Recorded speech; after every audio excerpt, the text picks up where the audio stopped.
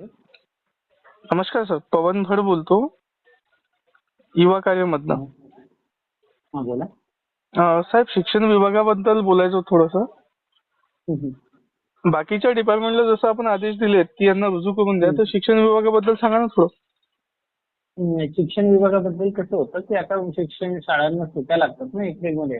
त्याच्यामुळे मग अच्छा. ते 5 महिन्यांच्या कालावधीसाठी आमच्या उपायुक्त महोदयांनी शासनाकडे मार्गदर्शन मागितलेलं आहे.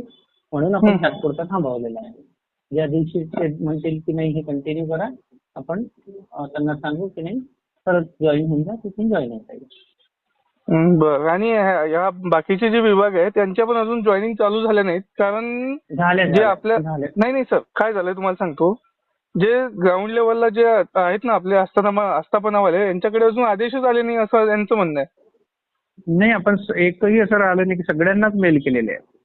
सगळ्यांना जिथे तुम्हाला असं वाटतं आहे त्यांना त्यांचे नाव आमच्याकडे द्या. त्यांना जर कॉपी मिळाली नसेल, मेल चुकीचा असेल तर मी परत त्यांच्या मेलवर ऑफिस मेलला पाठवतो. चालेल सर. ठीक आहे सर. आणि एक